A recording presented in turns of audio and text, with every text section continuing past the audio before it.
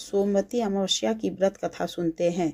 एक गरीब ब्राह्मण परिवार था। उस परिवार में पति पत्नी के अलावा एक पुत्री थी। वह पुत्री धीरे धीरे बड़ी होने लगी। उस पुत्री से समय और बढ़ती के साथ सभी जो गुणों का विकास हो रहा था। वह लड़की सुंदर, संस्कारवान एवं गुणवान थी, किंतु गरीब होने के कारण उसका विवाह नहीं हो पा रहा था। एक दिन उस ब्राह्मण के घर एक साधु महाराज पधारे। वो उस कन्या के सेवा भाव से काफी प्रसन्न हुए। कन्या को लंबी आयु का आशीर्वाद देते हुए साधु ने कहा कि इस कन्या के हथेली में विवाह योग्य रेखा नहीं है। तब ब्राह्मण दंपति ने साधु से उपाय पूछा कि कन्या ऐसा क्या करे कि उसके हाथ में विवाह योग बन जाए। साधु ने कुछ देर विचार करने के बाद बताया कि कुछ दूरी पर एक गांव में सोना नाम की एक धोबिन जाति की महिला रहती है। वो अपने बेटे और बहू के साथ रहती है, जो बहुत ही आचार विचार और संस्कार संपन्न तथा पति परायण है। यदि यह कन्या उसकी सेवा करे और वह महिला इसकी शादी में अपने मांग का सिंदूर लगा दे, उसके बाद इस कन्या का विवाह हो तो इस कन्या का वैधव्य योग मिट सकता है। साधु ने यह भी बताया कि वह महिला कहीं आती जाती नहीं है। यह बात सुनकर ब्राह्मणी ने अपनी बेटी से धोबिन की सेवा करने की बात कही। अगले दिन कन्या प्रातःकाल ही उठकर सोना धोबिन के घर जाकर साफ सफाई और अन्य सारे काम करके से अपने घर वापस आ जाती है। एक दिन सोना धोबिन अपनी बहू से पूछती है कि तुम तो सुबह ही उठकर सारे काम कर लेती हो और पता भी नहीं चलता है। बहू ने कहा, माँ जी, मैंने तो सोचा कि आप ही सुबह उठकर सारे काम खुद कर लेती है, मैं तो देर से उठती हूँ। इस पर दोनों सास बहू निगरानी करने लगी कि कौन है जो सुबह ही घर का सारा काम करके चला जाता है। कई दिनों के बाद धोबी ने देखा कि एक कन्या मुँह अंधेरे घर में आती है और सारे काम करने के बाद चली जाती है।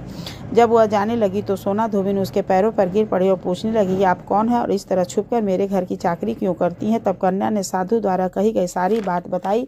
सोना धोबिन पति परायण थी, उसने तेज था, वह तैयार हो गई। सोना धोबिन ने पति से थोड़ा अस्वस्थ थे, उसने अपनी बहू से अपने लौट आने तक घर पर ही रहने को कहा। सोना धोबिन जैसे ही अपने मांग का सिंदूर उस कन्या की मांग में लगाया, उसका पति मर गया।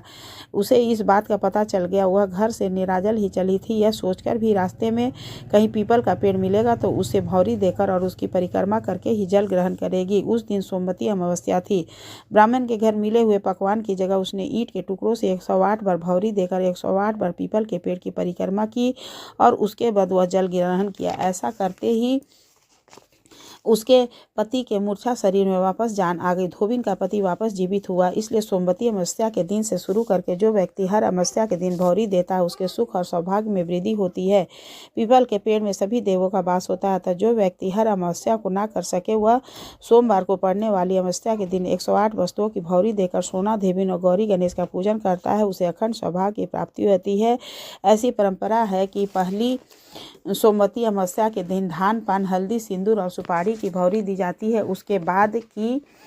उसके बाद की सोमवती अमावस्या को अपने सामर्थ्य के हिसाब से फल, मिठाई, सुहाग सामग्री, खाने की सामग्री इत्यादि की भौरी दी जाती है और फिर भौरी पर चढ़ाया गया सामान किसी सुपात्र, ब्राह्मण, ननद, भांजे या किसी और भांजे को दे दिया जाता है। इस तरह से सोमवती अमावस्या की कथा समाप्त हुई।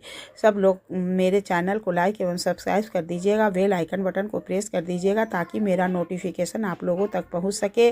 और इस तरह से कमेंट में जय श्री विष्णु भगवान लिखिएगा।